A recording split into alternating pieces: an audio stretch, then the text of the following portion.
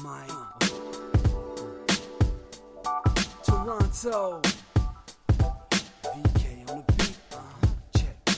I'm in Toronto where you wanna get the city love. I'm from Toronto where you wanna get the city love. I'm in Toronto like we wanna get the city love. My city love me back for my city love. Welcome to episode 1018 of Toronto Mic'd. Proudly brought to you by Great Lakes Brewery, a fiercely independent craft brewery who believes in supporting communities, good times, and brewing amazing beer. Order online for free local home delivery in the GTA.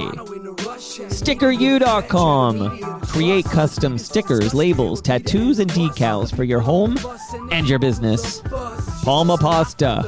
Enjoy the taste of fresh homemade Italian pasta and entrees from Palma Pasta in Mississauga and Oakville. Ridley Funeral Home. Pillars of the community since 1921. Canna Cabana. The lowest prices on cannabis. Guaranteed. Over 100 stores across the country. Learn more at cannacabana.com. And Ryobi. Join the cordless revolution with Ryobi's 18-volt ONE+ system. There are 260 tools in the system, and it's available at Home Depot. Joining me this week, making his Toronto Mic'd debut, is Chris Brown. Chris, welcome to Toronto Mic'd. Thanks. It's so nice to be here. Well, it's nice to have you here. Right off the top, can we just pay tribute? Pay tribute sounds like he passed away, and he's definitely still with us. But I just want to shout out Pete Fowler, because the great Pete Fowler has connected us. How do you know Pete? Oh, music, radio. He's just such a force. And so he supported myself and so many of the artists I've worked with, you know. Yeah, he's a good egg. How do you know Pete? Well, basically from CFNY. So I remember him on CFNY, and then when I started doing this, I wanted to talk to like all those guys I'd hear on the radio, right? So I dug him up. Like he was, I found him, put him on the show. We became fast friends, and half my wardrobe now is Lost Indie City t-shirts. That's great. Yeah. I got a few too.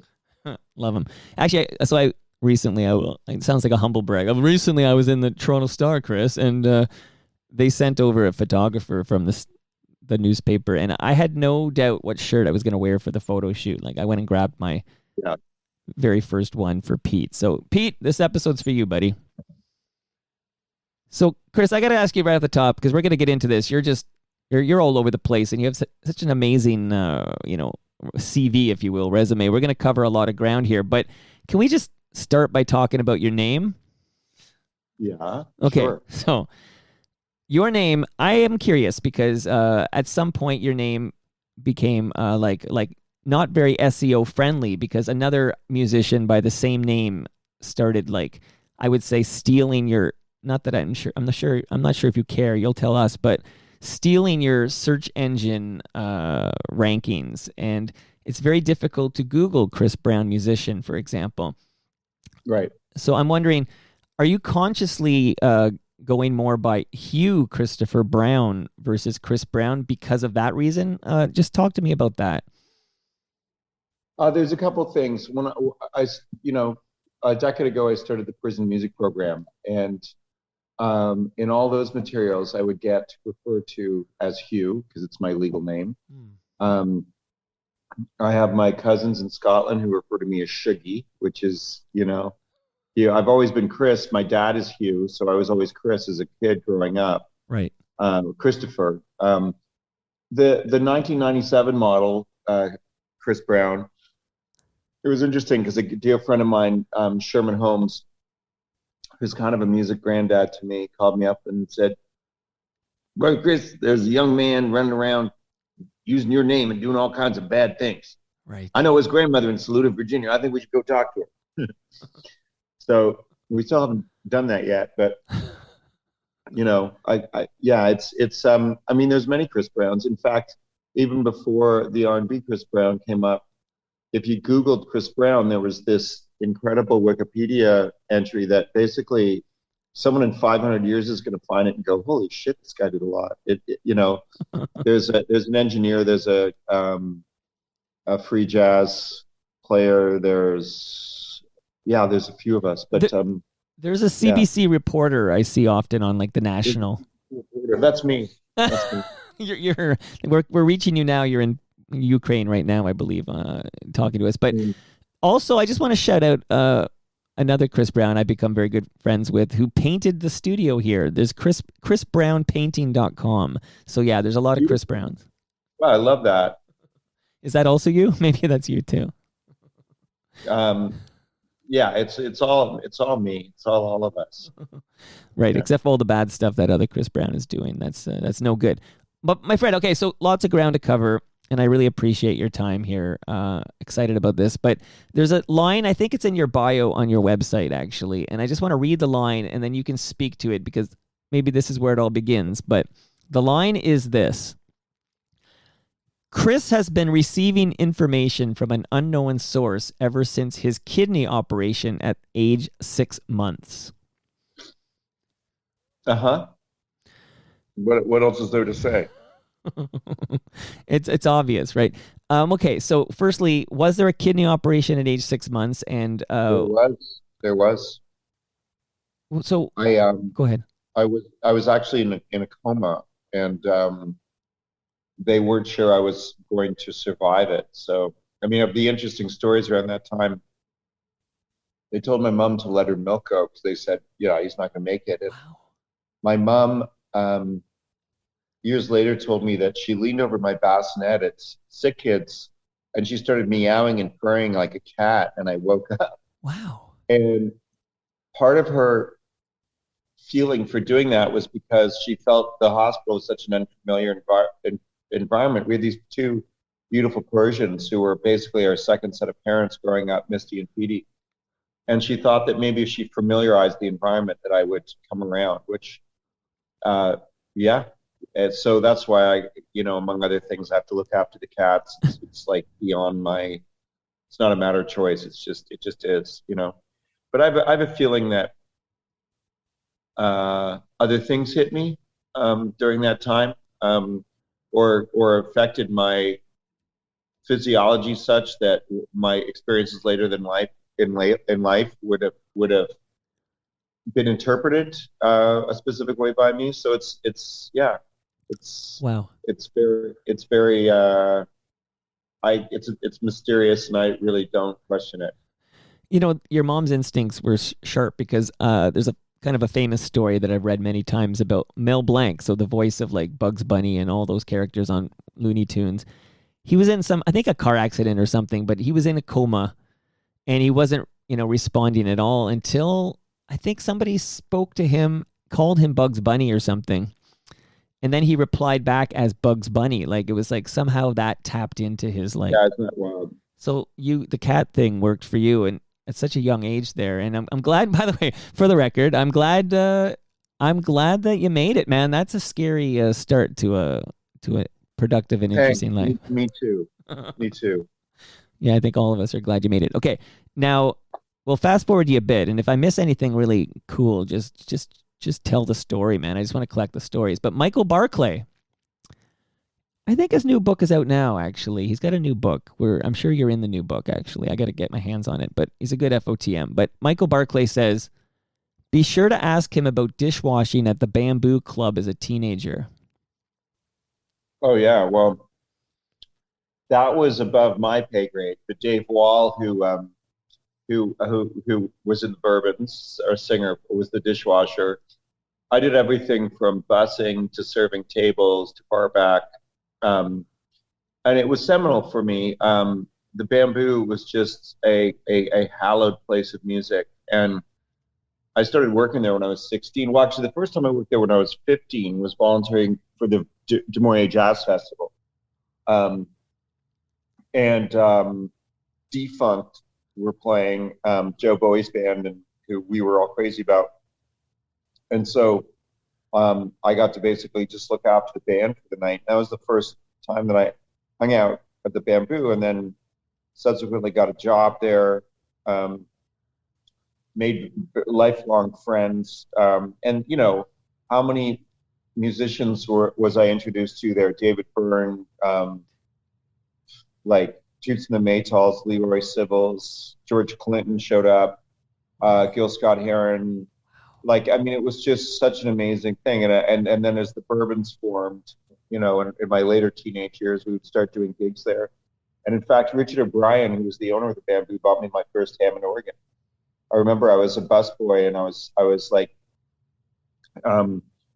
cleaning a vent, and yeah, you know, I was like 17 or 16, and he was like, "What are you talking about?" And I said, "Oh, you know, this Hammond." And he goes, "You play Hammond?" I said, "Yeah, but you know, like at the time I had a Vox, which I loved, but this Hammond came up for sale." And he goes, "Come into the office," and he cut me a check for $800, and he goes, "Anybody who's buying a Hammond isn't running away too fast, so do this, get it, and the deal is you have to play all the Christmas parties here," which I did. So there was a legacy that way as well. And then it was very interesting. You know, on Wolfe Island, my dear neighbor Lisa, she came up to me a couple of years back. She's like, "I'm trying to figure out why we have like 100 Facebook friends in common, and it's because we worked at the Bamboo together in our tour." I was like, "Oh my God!" Like, wow. Just I know it was a totally different life as a neighbor, but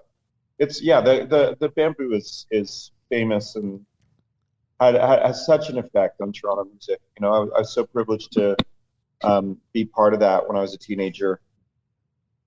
Amazing. I got more teenager Chris Brown questions, but first, can we jump ahead real quick? So you're in Wolfe Island, you're at Wolfe Island, you're on Wolfe Island. What is it? You're on Wolfe Island. Yes. One of those. Okay.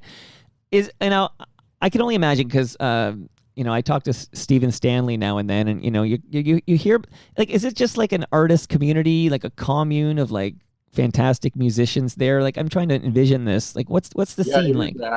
It is that. It's many things. It's many things. It's you know, an island in the headwaters of the biggest estuary on the planet, so it's an incredible migratory place for birds.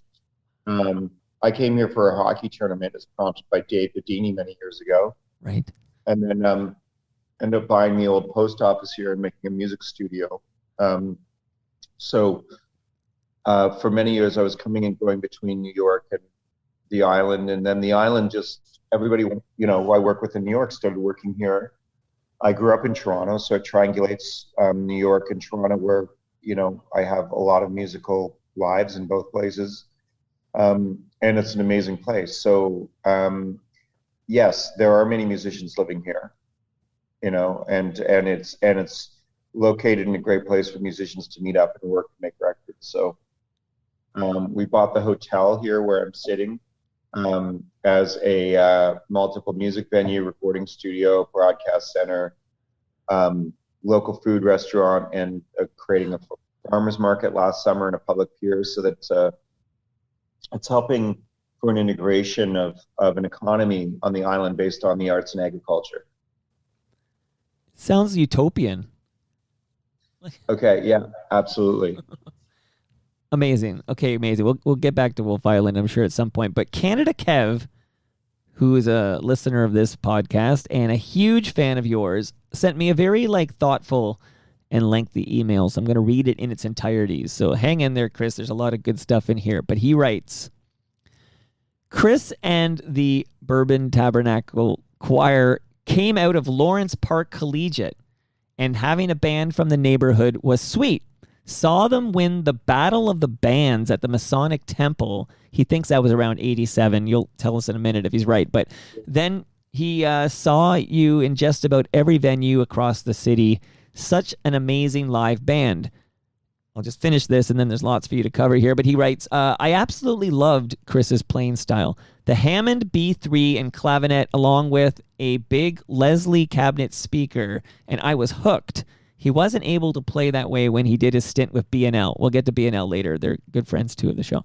I remember a song that Chris used to perform that wasn't on any of their releases, and I think it was called Mrs. Brown. It had the words, "What are you doing, Mrs. Brown? What are you doing to your boy?" I think. I would love to know if he remembers that one and if I can ever hear it again. And then he closes with a fun fact. His wife, Canada Kev's wife, worked with you, Chris, when you guys were in high school working as a part-time janitorial staff for the TDSB. Canada Kev ended up working the job himself for a couple of years, unionized, punch card, and all of that. Chris, please respond to Canada Kev's wonderful email. The song in question was about James Brown when he was arrested, and it was a live thing. It was, what are you doing, Mr. Brown? Okay. What are you doing today? They've gone and locked you away. I don't know if you remember when he got pulled over and started dancing for the cop. And how could I forget? Of course. So, you know, we would play James Brown among other things in the band, and so that was what that was, but it never found its way to recording. Although I have heard live, if you search it down online, there's some live stuff, recordings, like maybe from the Diamond, and other places on tour. Yes, the janitorial job during high school was like amazing because you were unionized, and you were making bank, which was just such a great after school job, a couple of hours.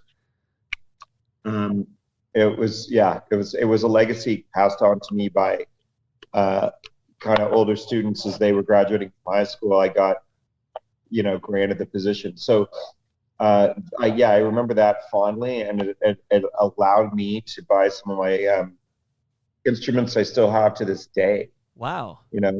Yeah. And what else are we covering? The Battle of the Bands. Yeah. Well, that was kind of a seminal moment for the band in Toronto because we won $1,000, which we used for 2 days of studio, you can believe it, and a used Trainer PA that PA is still used by my godson in his band. But wow. Yeah, and that was really, I mean, for us, obviously playing the Masonic Temple was a big deal. Like, you'd go to see so many concerts there, and to play there ourselves was great. But someone recently floated a video of that, and it was really extraordinary to watch. I mean, among other things, like, it was just brave. Like, we were playing these extended form songs, and there were, we had dancers, and I think part of the thing was that we were just playing the music that was always ingrained in us. Curtis Mayfield and Sly Stone, and like Van Morrison, songwriters like Dylan, and but at the time that wasn't really the flavor. Like Duran Duran was more kind of what was going. And so I think the whole thing about me playing a Hammond and lugging around like what were vintage keyboards, for me, it was just the sound that I loved. But I now, when I look back and I go, yeah, if I saw us now, back then I'd go, who are these kids? And I think the legacy of that band, in terms of all of our friendships, our relationships, and where we've gone on in music, shows that we were tapped into something. And like, we enjoyed popularity to an extent. It was our job for decades. We never got so super huge, although we get offered pretty good sums of money to reform and play, but it's only happened once. And then the other thing is, I actually did have my Hammond and my clavinet on the road with the Barenaked ladies by their request. Wow. Okay, we got a whole BNL segment here, but do you think this Masonic Temple Battle of the Bands is that 87? What do you say? I would place it around then, 87, 88, something like that. Oh, great. Well, the music of that, because I remember 87 very well, and it was Bon Jovi's "Slippery When Wet." I think that's what the people were clamoring for. Give me some of that Bon Jovi stuff. That's what I remember. Yeah, highly sensational record. Absolutely. All right. Now, Actually, there's even more. Believe it or not, Canada Kev was so excited. I got a follow-up, so I'll just run through the last couple lines. He says, Chris's musicianship and writing abilities paired with the voice of Kate Fenner, who we're going to talk about in a moment, is such a perfect combination. Ask him if he's ever played a, and I hope I pronounce all this right, a Hohner clavinet with a whammy bar. He could bend minds with it, I'm sure. Neil Francis is my Chris Brown Jr. Yeah, no, I've never played with the whammy bar. Neil Francis is great, and that's a really cool thing. You know, if I come across one, I'll get one. I think Neil Francis from Australia. I can't remember, but it's funny. When I was in Melbourne many years ago, I found a shop that makes parts for the clavinet out of dairy farm rubber because it's the same viscosity. And for many years, it was very hard to keep your clavinet up. Now it isn't because there are people who specialize in the maintenance of these instruments. But the clavinet is such a wonderful, wonderful instrument. I adore it. Well, I'm going to make you talk more about the clavinet because Basement Dweller sent me an email, and his question is, hey, seeing as how the underrated clavinet was an integral component of the Bourbon Tabernacle Choir's rich sound, I'm just wondering, what are some of his favorite tracks by such masters of that particular instrument, like Stevie Wonder, Herbie Hancock, Billy Preston, and Sly Stone? And thanks for all that great music over the past 3+ decades. Oh, thanks. That's lovely. Oh, yeah. I mean, Sly Stone's just like a baby. The clavinet on that is just so sublime. Everything on There's Rock Going On is amazing. Stevie Wonder's cover of We Can Work It Out by the Beatles is also a seminal clavinet moment. Needless to say, Superstition, which is kind of like the all-time anthem of the clavinet. But there's so much Stevie did. Happier Than the Morning Sun, where he started arpeggiating like a guitar, and that's where he used the clavinet pianet, which is the one that I use. We toured with Kate and I toured with NRBQ for the better part of a year, and Terry is just such an amazing player. It's such an incredible percussive instrument. There's so many. George Duke's work on a clavinet is incredible.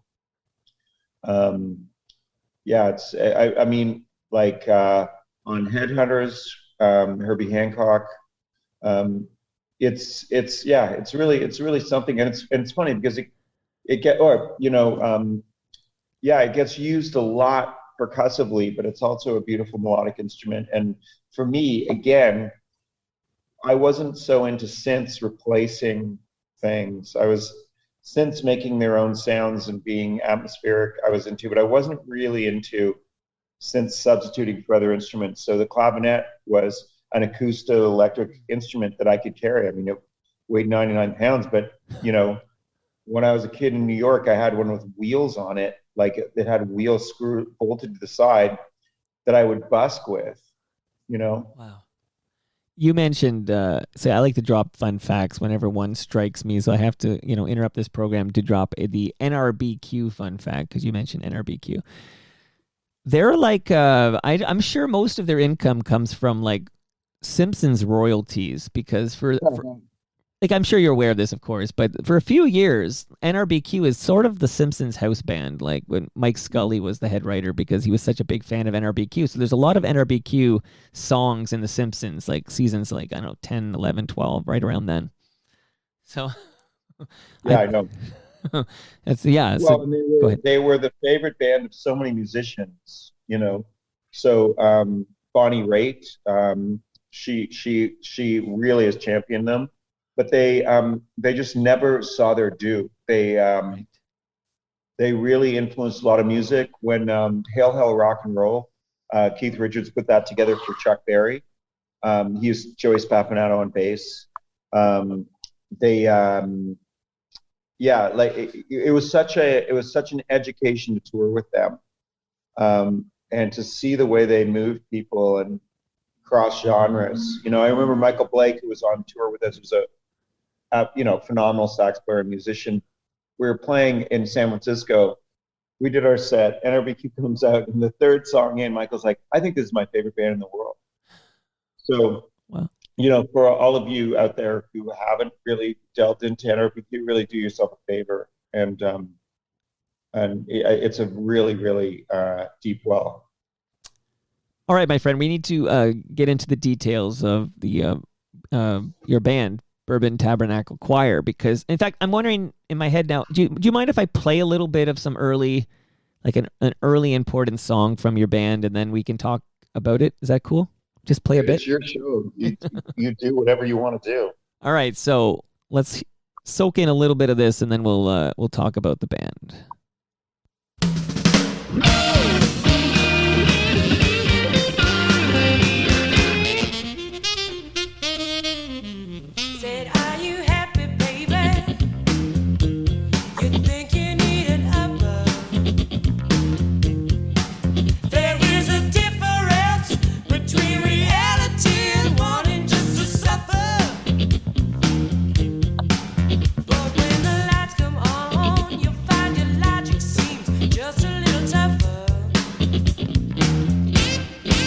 Put your head on your shoulders, baby. Yeah, put it on. When you decapitate, your wealth fits into pockets.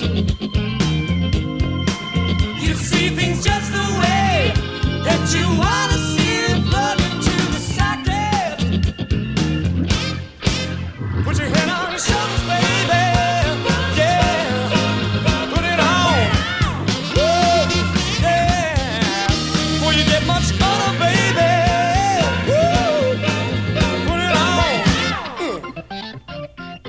Hey! Wow, okay, put your head on. So I chose this jam to start with here because I feel like it'll help us with the kind of the origin story, and then as we kind of figure out where this band goes. But I turn it to you. Maybe I'll bring it down a little more. Chris. Okay, we talked about the Masonic Temple, Battle of the Bands, 1987. So maybe walk us through where things go from there and how Put Your Head On helps the band kind of get more awareness and work, etc. A single in a video. Dave Wall wrote that song, and it was, I think it ended up on the album Superior Crackling Hen. But, back in the days of Much Music, and when you put out singles and tours and videos, that definitely was something that helped launch us into radio. And the video got into rotation on Much Music, so that definitely helped our national and eventually international profile. And actually, what was funny was, I think it has to do with that video. Around that time, I would have been 20 or 21. Harry Connick was playing at the Jazz Festival in Toronto, and I went to see him because he was a young pianist who was playing a lot of stride and music that I was interested in, and Brentford Marsalis was in the audience because the Marsalises were all playing the next night at Roy Thompson Hall. And Brantford came up to me and he was like, "Hey man, how's it going?" I was like, "Good. How are you?" And he was like, "It's Brantford." And I said, "Yeah, I know who you are. We haven't met." He goes, "No, I know you. I know you. You're a musician." And we ended up talking, and I'm pretty sure it's because that video was in rotation at the time that's where you would have seen me playing organ. Anyway, he kept me out of school because I'd gotten into Berkeley for composition, and I asked him, I said, "Hey man, you went to Berkeley?" He goes, "Yeah, for 5 minutes." And he goes, "Why are you going there?" And I said, "Well, I was accepted." He said, but you're already working. He's like, "Why are you going to go to school?" And then, it sounds just kind of like a toss off, but he was actually really, really influential because, he talked to me about the fact that I already had teachers that I studied with, the fact that I was working. And he said, "School's always there, man. Like, you got to chase the music when it's in front of you." And it was a really important meeting. So that was kind of, and then he and Harry and I ended up hanging out all that whole night, very late in Toronto. So that's tied to that song for me. Um, you know. Amazing. So that's and that song produced by Bob Wiseman, right? Oh yeah, man, which was really fun. Yeah. Yeah, so yeah, we worked with Bob on a couple of singles, and yeah, I've just been recently talking to Bob about another project, which was really nice to reconnect with him. But you know, he was a hero growing up, needless to say. I can imagine. And just tell me a bit about so Bruce McDonald. I guess this is how you guys end up Oh, there's with that song on Highway 61 soundtrack. another one, yeah, that ended up going in Highway 61, Bruce McDonald film, yeah, which was yet again, you know, vaulted the band a little bit more because Bruce's films are Yeah. wonderful and so popular, and so yeah, it's funny, like when you're we were so young, like we were just kind of doing what we did, right? And because it was our band that had formed when we were kids, you're not really that self-conscious of it. You're just doing stuff because it comes to you, which is a really wonderful state.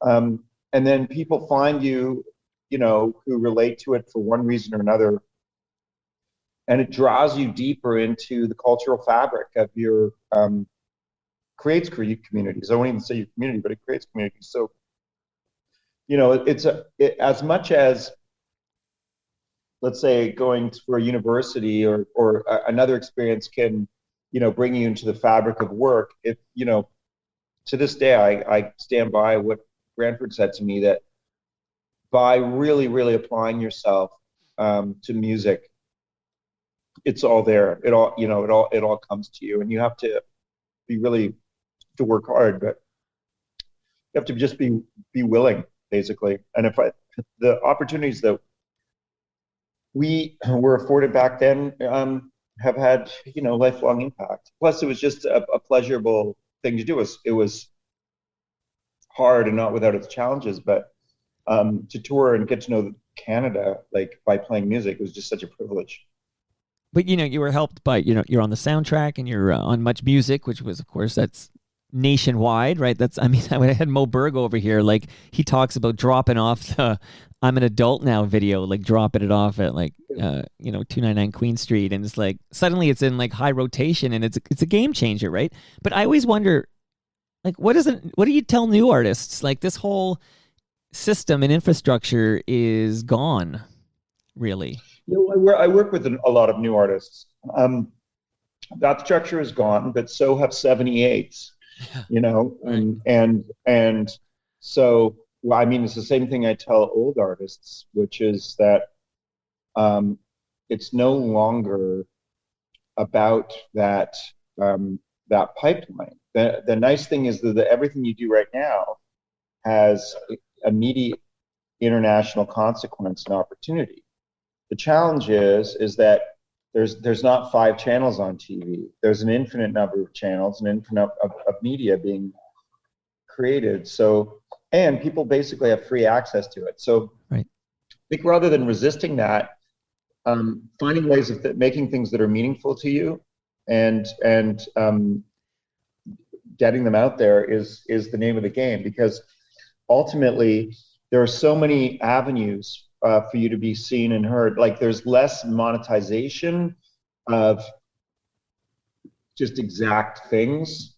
Record deals are not what they used to be. They're not the way forth, unless you're one of a handful of artists that is, you know, pursuing that, which is it's a whole thing, a 360 thing these days, dancing, singing, merchandise, all of that. It's I think it's really, for me, it's just always reinforced, like, oh well, if they're not paying so much for your soul anymore, then why would you sell it anyway? Like Right. it's like a affirmation that like, no, you should always be doing what's important to you and what's relevant to your life. So, you know, workers control the means of production. You know, you don't spend $250,000 making an album anymore. And the consequences are you can make decisions, you can spend a long time doing things, or short time doing things relevant to what they need and require. And then the other thing I think through that is that musicians need to be paid. And it's quite often the case, it was always that way with the corporate world, that it would be like, oh, they're going to do it anyway, right? Well, it's like, okay, cool. So if we're not spending all, going into debt with record companies making records, which is how it used to work. They were like banks and you kept a percentage of it. It's like, well, no, now find the 20 or 30K to make a record and pay the people involved properly, and don't burden yourself, like just figure it out. There's always commerce to it. You can always figure it out. I mean, people gripe about, having to go online and beg for cash. I don't see it that way. I find like people who do fundraising campaigns, it engages an audience. It gives people a stake in what's coming up. It creates activities like house concerts. I mean, and it totally annihilates the middleman. I'd much rather have artists being paid directly by their audiences than filtered through a record company who are gatekeeping. So, I mean, people are littering the road. Like, they'll just put stuff online. That's fine. That's one thing. But if you're not doing that, if you're creating stuff that is meaningful, and it's like Eddie Grant said years ago when Electric Avenue hit. He was like, I just figured that if something felt good to me, it probably felt good to at least 100,000 people on the planet, which is such a simple but pithy statement. It's about faith. So then, Chris, because I love what you're saying, but then when it comes time to, I'll use the expression "cut through the noise," but just sort of like is it's not as simple as simply putting out good art, like sharing good art with the zeitgeist, right? Like at some point, if you want to make a living in music, does that opportunity exist for those who aren't named, The Weeknd or Drake or Justin Bieber? I guess I'm wondering, I have a lot of musicians and fantastic music, but then you find out, they've got a 9-to-5, like they're working a 9-to-5 job. And then the music is the passion project almost. Whereas I feel in the 90s, like you could make a go of it and music could be your life. Well, yeah, because, I'm a living example of that. It was such a point of pride that we were paying our rent, playing music and going on tour. And doing things like a weekend at Lee's Palace in Toronto, hitting the road, 2 weeks, a month later playing the Diamonds, like, got to put a month between that and the Horseshoe, like just live, the culture, live music. Right. So again, yeah, that changed. But then, DJ culture came in, and in a sense that was cheaper for clubs to run. This was even before the whole downloading phenomenon. Right. So then the downloading phenomenon did a number of things which got people used to not paying for music.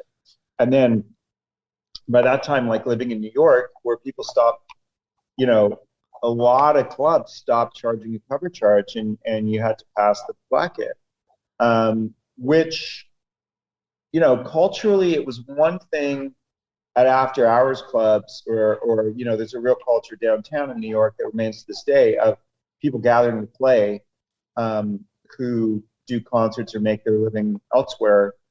But the days of certainly being a working live road band have changed. Like, right. You need to have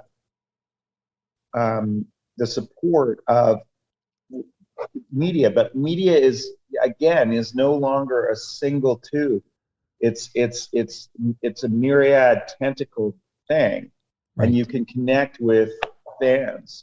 For me, I mean, my everybody's trajectory is different, but so the Bourbons were a touring band for 10 years. Then Kate and I were in New York for another 13 years, right. Playing all the time. And I was doing tons of sessions for other people, which evolved into a lot of production work. Like it went from, hey, can you play organ on a record? Can you arrange the strings? To, oh, can you just produce this album? And then needless to say, doing stints with people like the Tragically Hip and the Barenaked Ladies or the Crash Test Dummies, or, you know, I mean, just iconic Canadian bands that I had the privilege of participating with. So, you know, that's my, yeah. And in between there, I haven't minded doing other jobs.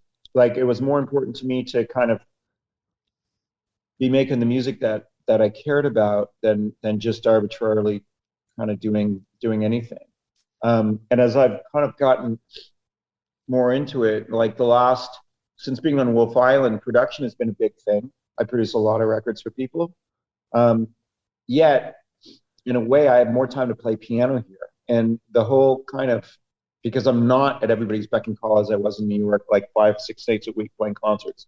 Right. So the whole thing about having the hotel is creating a platform for artists, both in a performance and recording sense, you know? And okay, so you're Wolfe Island, because another issue that speaks to a lot of what you're saying actually is the fact that, and I'll just use an example from a conversation I had on this program, but I had Kim Mitchell on, and we're talking about Max Webster, and he's telling me about the house they lived in, east end of the city, Toronto, 416, and I think each band member had to chip in $100 a month for the rent or something like that. Yeah. Like they could afford to hone their craft and be starving artists, and still, like, I mean, we know what rents are like. That same place he probably was renting for $100 each is probably now, I don't know, $700 each. I don't know. But bottom line is, real estate and cost of living in Toronto, I don't think you can ever afford to be a starving artist honing your craft and live in this city, unless you had help from rich parents. Well, I got two answers to that. Yeah. One, just on so there's an artistic response to that, which is that more albums and work gets made solipsistically and personally. So it's less about bands living together and honing a sound than it is about people becoming really adept at programming, making beats. And you can see in the last 2 decades how that, but that was always the case in New York. Like, you know, why hip hop came out of urban centers, because, you know, scratching, and I mean, it's cultural. DJing, drum, of course, great players come out of everywhere, but this was, you know, ways that you could bring the music, and we need music, right? So that's going to happen in every case. Like if you go to more rural areas, it's going to be, you know, on acoustic and stringed instruments generally. So there's that. But then, you know, you touch on the matter of real estate, and it's not only music and the capacity to play music, it's the capacity to actually do anything and have a hardware store downtown, for instance. Right. So this is an important thing, which is a tangent, but I mean, is really linked to all of our lives currently. The degradation of everything into real estate means that you make much more money selling something than doing something. And so, for instance, this hotel in which I'm sitting, which is now secured as a civic asset, as a farmer's market, as a live venue and recording studio, as a hotel, wherein 20 businesses started up last year during the market. We even under COVID, we had somewhere around 75 shows here last year. Wow. If we didn't do this, there'd be condominiums on the waterfront, right? And when we were going to do this, every single bank we went to on the mainland was like, "Oh my God, that's so great! My parents got married there." No. Oh, I'm so glad someone's finally doing something creative. No. Whereas if we were to say, "Oh, we're going to exploit our return on investment by doing massive development and putting condominiums here," the banks were all over it. Literally, the whole system is set up to basically exploit. And even now, like, oh, it's gone up X times in value. So we make a really smart business move and sell it, and then go and screw up some other piece of land somewhere else, rather than running something that's multi-sectoral, rural economic development, supporting the arts and local agriculture. So there are punitive practices in place by the financial industry towards such endeavors. So you know, we've always known this as musicians and artists. Now really getting involved in capitalism of this nature, I realize how much it sucks, how much it's been based on fear and false competition. And it's something that certainly people are awaking to violently or otherwise.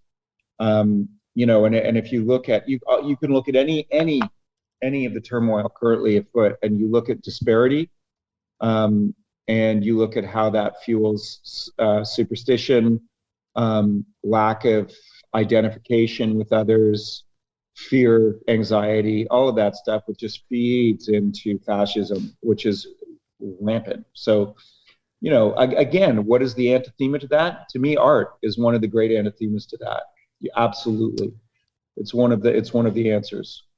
Two things, just quickly here. One is that thank you for not selling to condo developers. Like that would be so easy to sign that document and then take that money and go whatever. But so that's amazing. But this is a dumb question from a guy in Toronto. Okay, I guess there are no dumb questions, or maybe there are. Maybe this is one. But like Wolfe Island, I've been hearing the legend of Wolfe Island for a while now, and it's like I want to go there. I feel like Liz Lemon, like I want to go there. But like, is it simply a ferry from Kingston? Like, how do I go there? Like, is that right? You get on a ferry from Kingston? Tell me the nuts and bolts for a guy in Southwest Toronto here.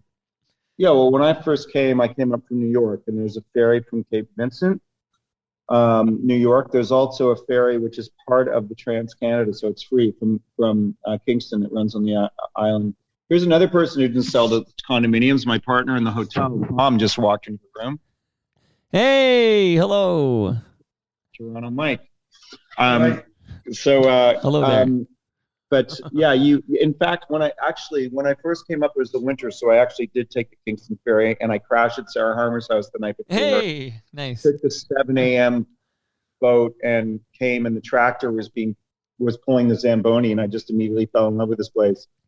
But it is it's the second largest freshwater island in the world. Wow. You know, again, it's similar to Manhattan is that it sits in a massive estuary, so it just is it's a place of confluence. It's a place of natural like confluence, and also the confluence of ideas and humans. And it has been, as we, you know, deal and work with the past, like the real past of this place, going back thousands of years.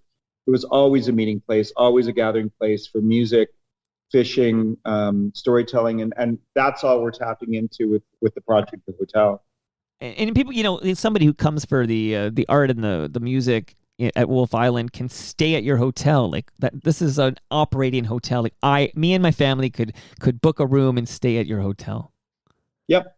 Wow. Yep. I'm honestly, I'm writing this down. This is happening. Like this is very exciting. Okay, so I realized that was fascinating, but just a little more BTC. Oh, you're calling them the Bourbons. I can call them the Bourbons too if you're You can call them BTC. It's fine. It's whatever. Many names of this great band. Okay, I'm just going to play a little bit of another jam, and then we got to talk about Kate and some other things here. But I just want to, hey, you pick. If I were going to play, what would you like to hear more? Make Amends, Afterglow. Make Amends or Afterglow?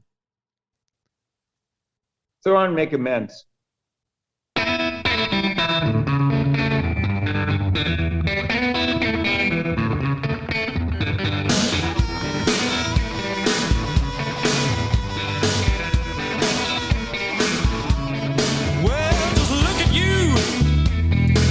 Once you were filled with such fire, now your energy fills my memory, makes me alive. Yeah. That is something I will never forget. Set up your baggage to pay off your debt. Make amends with yourself, yeah, so you can live it, baby. Make amends with yourself, yeah, just to forgive it, baby. Please, make amends make a friend of yourself.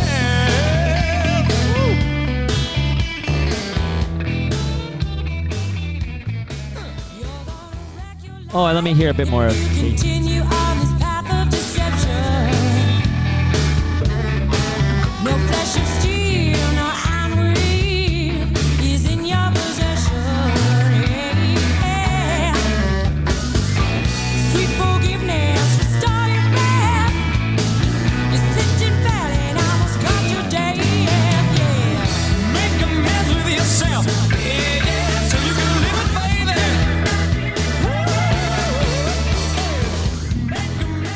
So if listeners can't tell by now, Chris, you're a very principled person, and one great example of that is at some point, I guess the band said, we're not playing any concert that is, or any festival that's sponsored by a tobacco company. Is that right? Yeah. Well, my father dying of lung cancer, and even though he never smoked a day in his life, it really clued me into their tactics of this deception, and it just wasn't an option for us. And at that point, one of the major tobacco companies was offering us a tour bus, and to my band's credit, who all played at my dad's funeral, it wasn't even an argument. It was just like, yeah, no, thanks, thank you, But musicians, we face that all the time because people want to use your fan base and your whatever else, the magnetism of the music to all kinds of things. You have to be, you just have to kind of pick and choose. Right. I mean, I think earlier in the show you mentioned like the jazz festival was brought to you by young kids don't understand because it can't happen today. But Du Maurier would bring you the jazz festival, right? So. Yeah, in fact, I think they still do, and do their credit quietly. Yeah, we grew up in Toronto with the Du Maurier Jazz Fest, which brought, a lot of musicians that defunct, that changed my life to town. And this is great. You want corporations sponsoring art. You just don't want it normalizing certain activities. And certainly at that point, like I said, it just really corresponded with my dad's passing, and it just wasn't going to happen. So I'm wondering now, because I think it was Canadian Music Week, I think is one of the, show festivals, if you will, that the Bourbons wouldn't play because of that principled decision regarding tobacco companies and their sponsorship. So I'm wondering, does that, why does it end for the Bourbons, I guess? Before then, I want you to talk about Kate, because of course you guys, like you mentioned, you guys perform as a duo for a good long time. But tell me why it ends for the Bourbon Tabernacle Choir. Well, we started when we were 15 and 16 years old, right? So by the time we're 25, we've been at it 10 years, and you're still dealing with the identity that you forged in your early teens. That's challenging, What's also challenging is that you're playing for thousands of people every night, and that's very attractive. And especially when you have lots of friends who are struggling musicians, and you're like, wow, you don't look this gift horse in the mouth. However, because we were working independently, I just deemed that we had a good thing going in Canada, and we needed to expand it. So I gave up my place in Toronto, got a place in New York, ostensibly for us to be working out of. And as soon as things started happening in America, the tensions really started pulling, because the people who, folks, significant others who eventually became people's wives, for instance, were in Toronto. Not everybody was on the same trajectory, which is totally understandable because it started when we were kids. For Kate and I, we didn't blink. I remember having that meeting where it was people wanted to do the Canadian festival circuit again, and I was just like, I'm staying in New York, and Kate was like, I'm going with him. And I remember driving back down after that meeting in Toronto, and I just turned to Kate and I was like, I have no plans. And she's like, that's fine. I was like, So what we ended up doing was playing, we had 3 house gigs. We played First Street Cafe, which was so small you didn't even use mics. It was like an acoustic gig in the East Village on Mondays. Thursday nights we did a jazz gig in the West Village at Nine Jones, and Sunday nights we played a rock gig at Nightingales, and that's how our band formed in New York with Tony Shearer and Mike Mazur.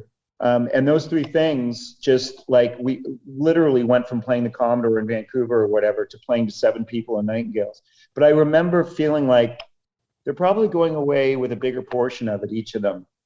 I don't know. To this day, I think hopefully my ego is it keeps getting carved in shape. But I remember just knowing something innately that, oh, this is right. It's not it was scary because it had been our job for 10 years.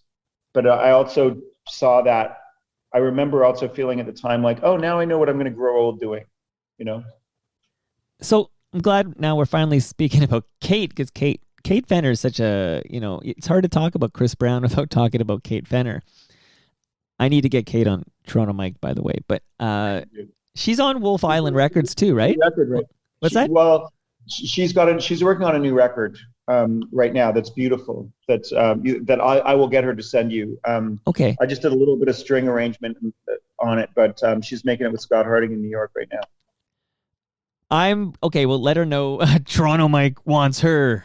And, it's funny with you, Chris. I know this is obviously on Zoom, but for some reason, I put in my notes you were going to be at my door. That's my mistake. I look back at the chat we had with Pete, and I realized it was completely inconclusive. I gave you a Zoom link. So I don't know why, but it's literally everything was set up. I have, and I'll do this very briefly here because I want to get back to the music, but I have a lasagna for you in the freezer upstairs from Palma Pasta. And I know. Keep it in the freezer because I'm going to be in Toronto soon. Okay. The reason why I think is because when we first talked about it, it was during Omicron, and I said, I'll try to make the interview in Toronto. If not, we'll do it this way. So I earnestly was very interested in being in Toronto, and I will be back, and you and I will eat lasagna. Okay, here's what I will give you when I do meet you in the city here. No joke. So Palma Pasta, who catered my daughter's sixth birthday party on the weekend. It was delicious, but I got a lasagna. It was man, I'm so full still, but I got a lasagna for you from Great Lakes. I have fresh craft beer for you from Great Lakes Brewery. I have a Toronto Mike sticker for you from Sticker U.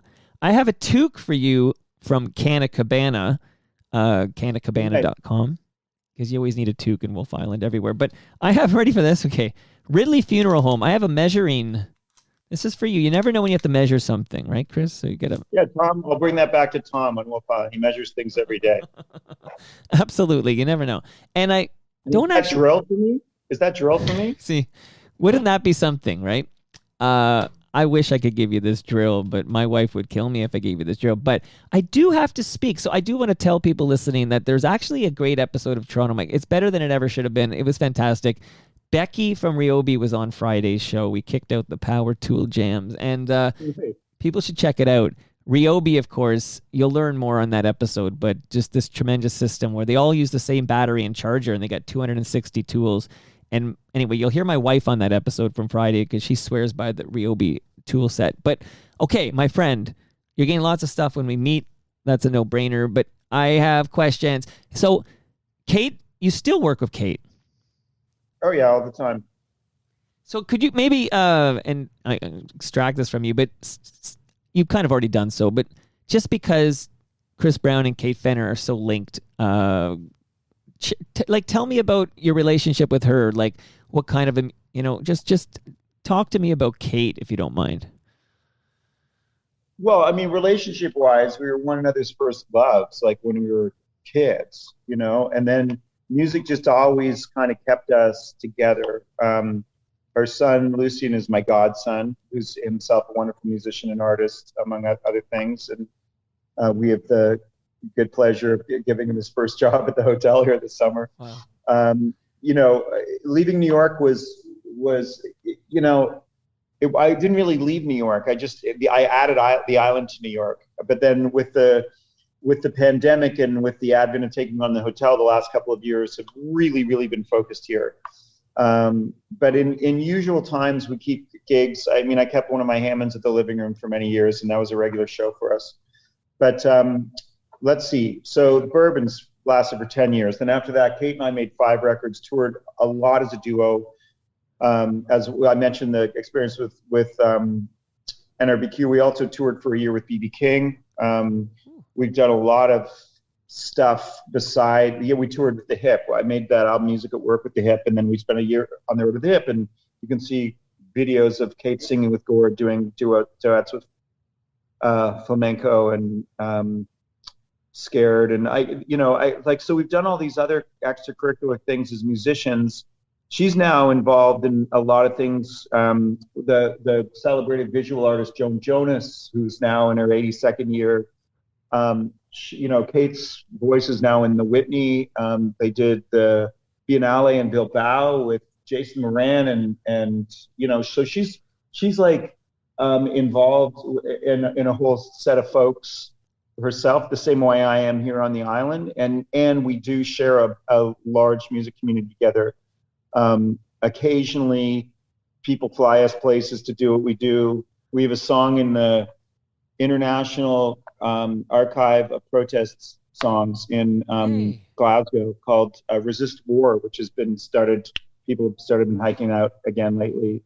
I mean, it's really a life together. And there's been a lot we've witnessed, in one another's families. Music has documented it, and it just continues to do so. So it's not even, it's funny because the way, I didn't even really realize it, but Kate's voice as an instrument just so affected the writing. And that's why on our records, everything, it just says written by the two of us, whether I was doing the 80% of the writing and she was doing 80% of the singing, vice versa, neither of those things happen without one another. Wow. So it's beautiful, man. we were doing this thing when, for the prison program, we were doing a thing in New York, and for the board of the David Rockefeller Fund, who supported the prison program, and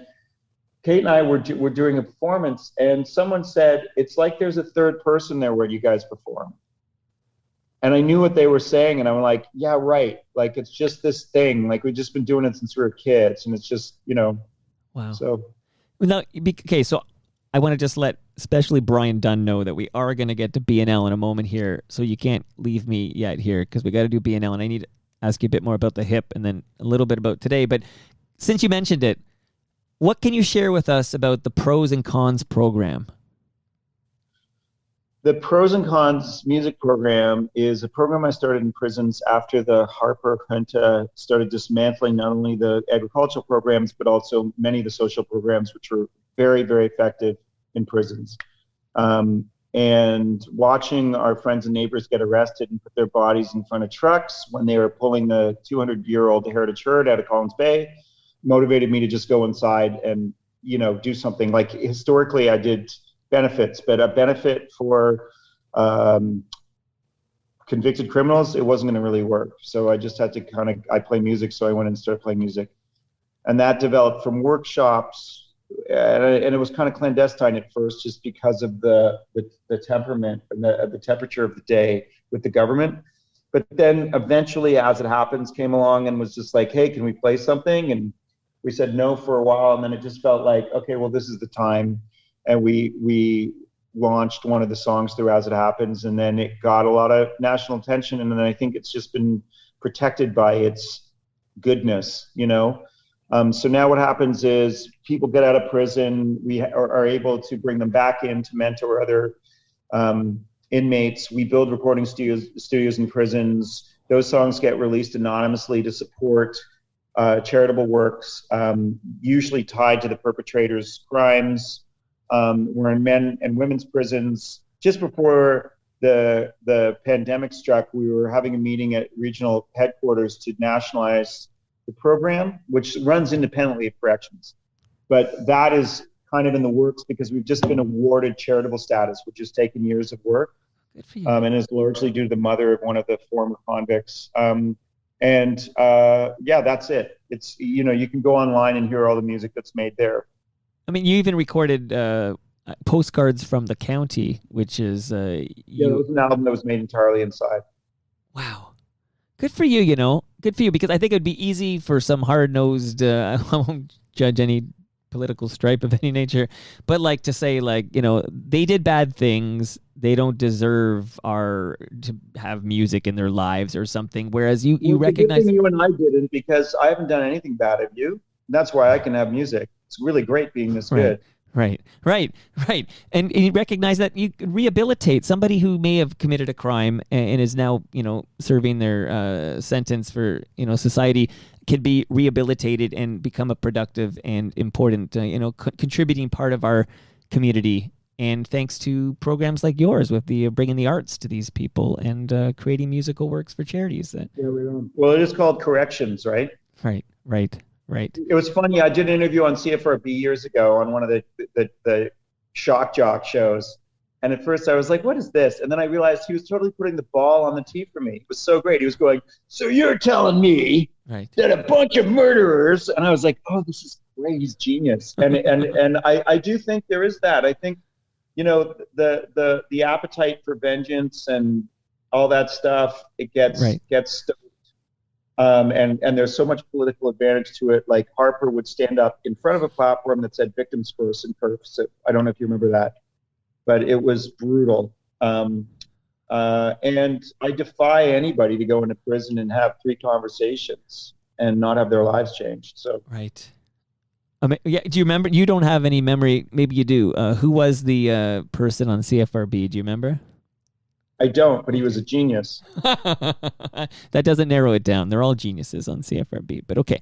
Listen, Brian Dunn's been waiting patiently, and Brian Dunn might be the world's biggest Barenaked Ladies fan, and he listens to Toronto Mic'd every episode. He's listening right now.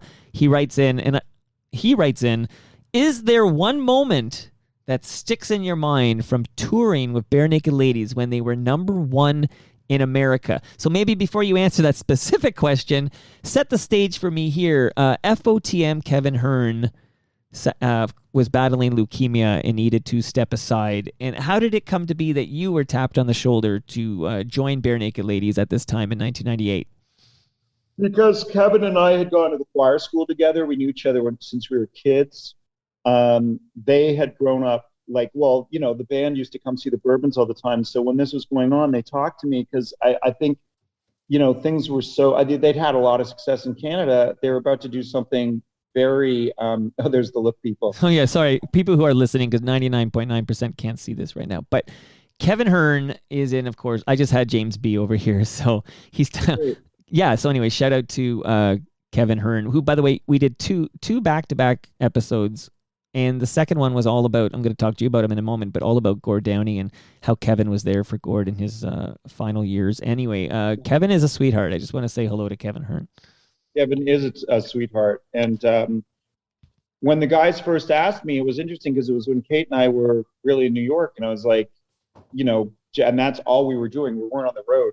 And I didn't want to leave New York. And I said, look, I can help you guys, but, you know, this is a great gig. Anybody will take it. And then we started talking, Tyler in particular, and just saying that they really wanted the familiarity of someone they knew and were close to. I could bring my Hammond and my clavinet on the road, as before mentioned by one of the callers. Right. And, you know, it was really amazing. It was supposed to be a few months, and then, you know, everything went through the roof, and a few months turned into 6 months, turned into a year. And 98, just to give it some timelines here. Now, and let's also say hi to Tyler, who listens to every episode of Toronto Mic'd, and what a great FOTM Tyler is. Hi, Tyler. Hello, Tyler. Tyler told me on the record, because it was on episode 1000, that he learned more about Kevin from Kevin's appearance on Toronto Mic'd than he ever got from Kevin, having worked with him for 25 years or whatever. Okay, so check that out. Now, this is the 1 week era? Yeah. Okay, so this is like, people know this, but I'll just repeat it, that 1 week goes to number 1 on the Billboard Hot 100. Like, this is a huge American hit. And maybe to get to Brian's question now, is there any moment, like, you're touring with Barenaked Ladies when they're number 1 in America? That's amazing.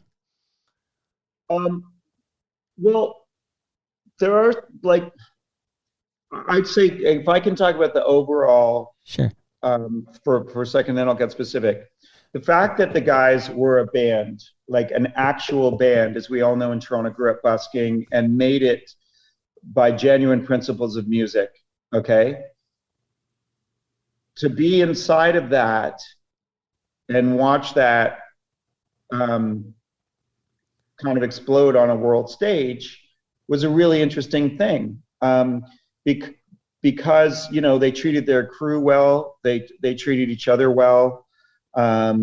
You know, there's all bands go through whatever they go through, and BNL went through a lot of stuff, you know, after I was gone. Right. But it was really, really an interesting thing for me to sit on stage in front of 80,000 people, 50,000 people, or whatever, and go, oh, this is a lot of people experiencing the same thing at the same time, like collective witnessing. And for me, who was, as I said, Kate and I had removed ourselves from the whole kind of popularity track and the whole track of like, how many shows this week, how many thousands of people, blah, blah, blah, blah, to like playing for handfuls of people in New York.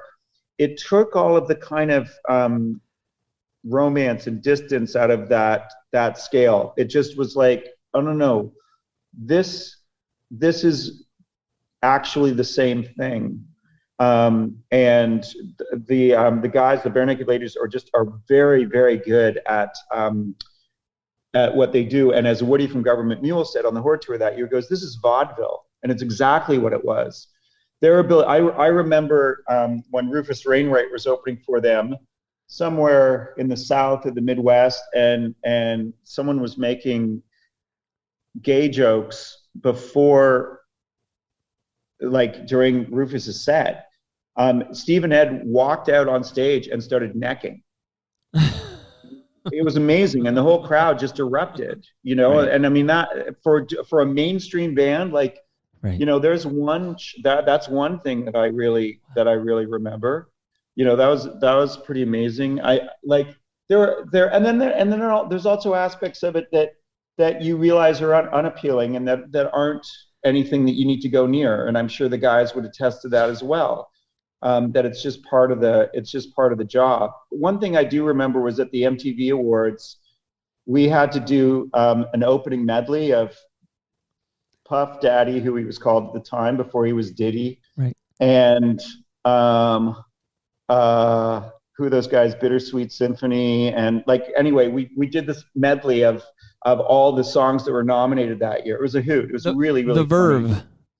The Verve, and then we had to stand on the red carpet, which is actually a circle at the MTV Award, and it's the camera is cheated so that it looks like a straight line.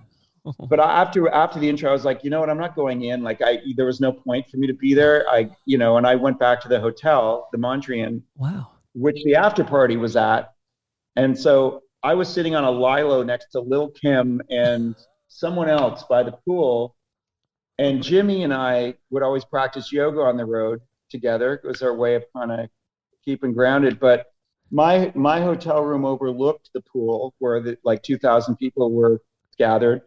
And I said to Jimmy, if we took our pants off and we did headstands and put our butts against that window and Tyler turned the lights on, everybody would see it. So it's like, yeah, it just seemed like a reasonable thing to do. So we did that. And everybody went wild because it just felt. On the way up, I was in an elevator with Common and wow. I don't know who else. Wow. But it was like, and then security came running and we just turned the lights off and left. And we got a really great cheer and got drink spot when we came back to the pool. I mean, those guys were really good for activities. I mean, also I credit them that, with taking me around the world. And it was interesting because Kate and I had, like, our albums came out in Japan and Asia, with P-Vine. And so for me, I was touring with the ladies, and Kate and I would open a lot of the segments of the tour. And then I also connected with folks internationally who are still very good friends, including Rocky Roberts, who was running tech, who's worked for Neil Young for years. And then Neil's crew was basically looking after the Horde tour that year. And Rocky now is a neighbor on Wolfe Island. Wow. We've done a ton of things together. So there's all kinds of things that blossom for that, Wow. Just one quick little tag to this story is that I recently there's a gentleman who put together a book called That Night at Massey Hall. And fans submitted photos. So my photo of Barenaked Ladies at Massey Hall is in this book. I'm just shouting it out. Yeah, somebody tweeted at me, like, am I getting royalties? I'm pretty sure I waived my right to all those royalties when I submitted my picture to be in the book. But yeah, I love Barenaked Ladies, and it's worth noting that you also play on what albums do you play on? Gordon, of course, and Born on a Pirate Ship, right? You're on those albums. Yeah. Cool band. Okay, now I don't want to wrap up. I have something more recent I want to play a little of and then catch up with what things are at right now. But I just want to ask you, if you don't mind, if you have a moment. I'm a big Tragically Hip fan, and you mentioned that you and Kate toured with the Hip, right? Yep, we did. What can you share with us about that experience? Speaking of that night at Massey Hall, I mean, they're the Hip, of course. Did you ever play Massey Hall? I should know this. Oh, I've played Massey Hall since I was a kid. Right. The first time I played Massey Hall was with Kevin Hearn at the choir school when we were like 10 and 11 years old. What a dumb question. I played there with a bunch of folks, including the Hip, including Kate and I played there. So there was a night that Kate and I opened for the Hip there. It was one of the early nights of, I think it was the Music at Work tour. Yeah. What do you want to know? No, man, just I should know this, but because I just went through this book with the gentleman last week. But no, I would love to know, like, what was Gord like? What was it like playing with the Hip? Just anything you could share about the late great Gord Downey, maybe. Well, what's interesting on being on the road with the Hip is that when you play Brandon, Manitoba, it's not the cover of the entertainment paper; it's the cover of the paper. Right. You know. Right. And what's really weird was that they always say, "Oh, they never made it in America." It's like they fucking made it in America. It's just that the scale of the of events in Canada was so kind of iconic and national that, of course, that wasn't going to be the way it was in the States. But they were playing arenas and theaters all over America. Like any other band would be, like, oh yeah, they're doing really quite well in America. But in terms of people tattooing their faces and stuff. You know what I think it is? I think it's that I don't know if we have a gauge of success in America for a Canadian band. Maybe it might be something like Rush or something. And I think that basically we, when you look at what's there, there's other Nickelback now. These Canadian bands that are. I mean, Justin Bieber, right? Sure. I mean, or Drake. Right. There's lots of international sensations. I mean. Not to mention, when I was talking to Neil Young, actually at the Bridge School, before the Bridge School concert with the Barenaked ladies at his house the night before at dinner, he was like, I didn't want to leave Canada. Right. He said, I had to. He wasn't complaining. He was just saying he had to go at that point, right. Literally go and make it work in Los Angeles, right? I do understand. Yeah, I do think he came back though. I actually think he's here now, but that might be a pandemic thing. He's around. He never really left, right? He's never really left. I mean, I'm just, there's a thing where it's there's a great many people in America. So, and also there's people who are famous musicians in America that you and I have never even heard of because they're living in the margins, which are quite big there. Right. So when you're dealing with the population in Canada, and you get a band that becomes as iconic as the Hip, it's just not going to be repeated in other countries. But that having been said, in terms of Gord, I think what was interesting for me, again, because Kate and I grew up in a band and knew that for a decade, but then our lives in New York were much different. To go back again into a band fold and see all those relationships that had been started and identities that had been ingrained when they were kids. And just go, what's the big deal?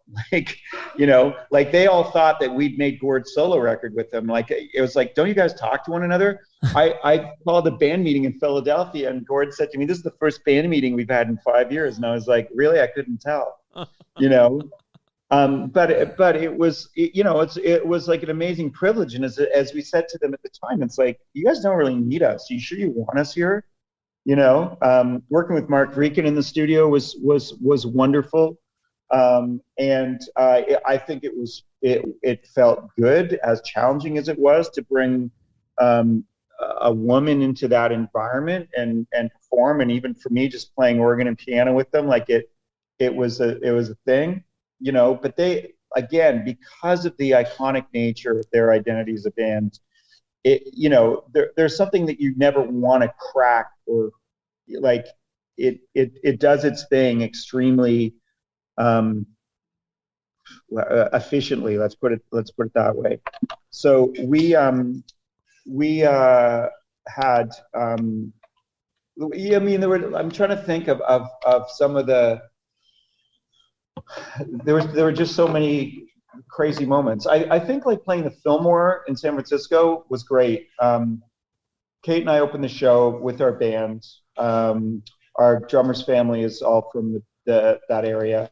And then there's online, if you look up flamenco from the Fillmore, you can see Kate and Gore doing it, just a beautiful duo.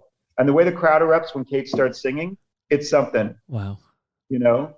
And then I think Gore, you know, I had a turntable on the road, and we'd have it in the hotel rooms, and always buy vinyl and play it, you know, before shows, and afterwards we'd hang out and listen to records. And Gord was starting to do the solo stuff, and even when he came to Wolfe Island and did the literary festival, we were talking about it, and he said to me, the fact that you can get up with a guitar and just stand in front of people and you don't need a lot, right? I think that's what we all as musicians want to experience. And one of the challenges of being in bands is that your identities become so attached and dependent upon so many other people and contingencies. But if everybody in the band is doing their work that way, right, like from the drummer up, if everybody feels like I've got stuff that is meaningful and challenging for me to do, you can completely surrender into that fold. And it's a generous thing to do, to play in a band like the Hip, and to just completely surrender to that part. Like, because I would say with the both the ladies in the Hip, it's like, you know, what was really needed was my right leg. There was a whole host of other things, but you know, and isn't it thrilling to be on stage and doing that to that many people? And you know, again, you learn, among other things,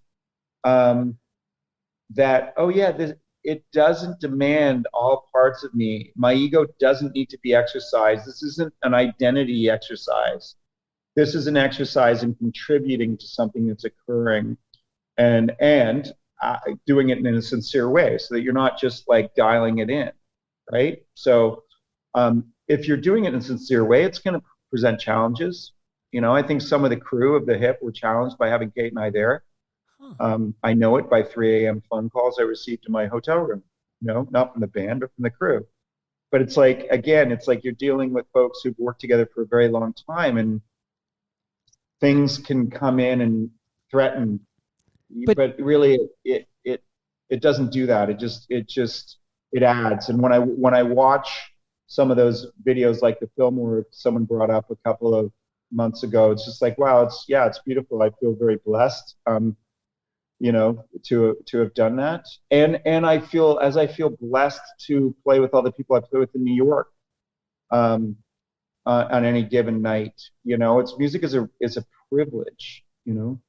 Well, I mean, we covered some of these bands you played with, but and you briefly brought up the Real Statics, of course. But I mean, when I look down the list, you know, and you mentioned Crash Test Dummies, and we talked about Barenaked Ladies, and we talked about Tragically Hip, but yeah, extensive number of fantastic musicians that you've played with through the years. It's quite the resume, as they say. So it's just pretty damn awesome. So my friends, like, I know I've kept you a long time.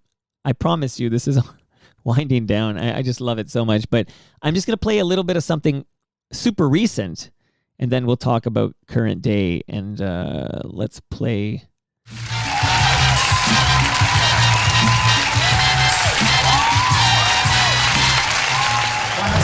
Signore e signori, in diretta da Ronge dal Sole, lo split speciale di stasera, The Roots con Waterfall.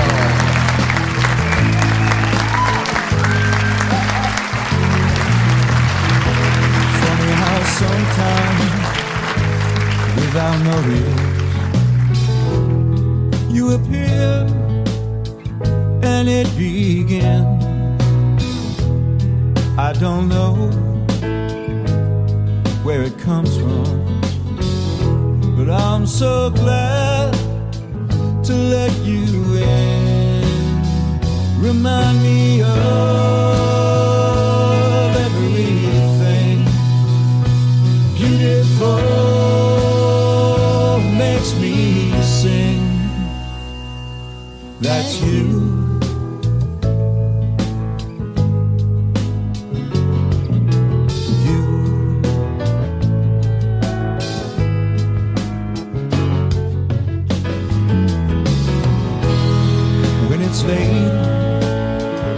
I'm feeling tired, I call you up with my heart, 'cause I don't wait when I'm inspired by the dream that we've apart. And I can find you here where time won't keep us, just like you're sitting by my side. 'Cause there's the song, and then there's you, somewhere in between the two. There's the dream that we're apart. You touch the curtain on my heart. I felt it part, like a waterfall. I just wanted to play something recent. Tell me what we're listening to here, Chris. Oh, that's Waterfall from the album I put out last year with my trio, The Ropes, which, speaking of the Bourbon Tabernacle Choir, Jason Mercer, who now is a denizen of Wolfe Island, is the bass player, and Pete Bowers is the drummer. Kate singing on that track. So that album we recorded live here at the hotel. And then Tony Shear, Michael Blake played on it in New York. Mickey Raphael did some harp on it, amazing, in Nashville. And yeah, so the Ropes, it kind of has become like a resident band here on the island. And that trio has done innumerable works. But yeah, we're in the process of making a new record as well. And that video was directed by Sean Farrell, which is a trip. Oh, it's a fun, man. That's for people who are wondering what's that opening part there. That's all part of the video. It's really a visual thing. But you have a YouTube channel where you can find all this great stuff, and again, like a wonderful catalog of music. And it's almost like you're. Oh, here the live applause. This is, of course, a live production here. But you know, you're living on Wolfe Island. You're out there. Just this whole community. I am going to visit you on Wolfe Island at some point. I promise. Amazing. You should do an episode while you're here.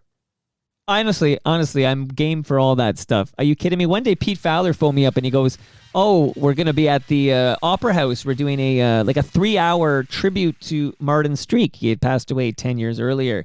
And I literally threw my studio in a bike trailer and biked to the opera. I'm on the West End. I biked to the Opera House, set it up in the lobby, and for 3 hours, I recorded for 3 hours. People like whoever came by, Alan Cross, May Potts, everybody. And I can't bike to Wolfe Island. Maybe I can, but I would probably drive to drive there for sure. I would do that. No, do it. I mean, this whole place is wired for broadcast and recording too, so. Amazing, Chris. Before I read the outro here, is there any story or something you wanted to say that you forgot to say? This would be the chance to say it. Oh man, I feel so connected to Toronto. I'm so grateful for having grown up there. I was exposed to music from such an early age. I received a great musical education there at the conservatory and the choir school. And then from the time I was like 12, 13 years old, sneaking into the Turning Point to play gigs. Like I said, working at the Bamboo, coming up with such a huge Jamaican community, getting inducted into reggae and hip hop and R&B at an early age.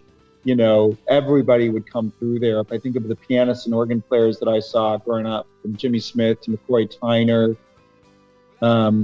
to Dorothy Donegan, I just feel, like between Toronto and New York, I feel like I just was given the best exposure and education possible. And then, the nice thing about being on Wolfe Island is that we've got the water and space, but then we've also created this music.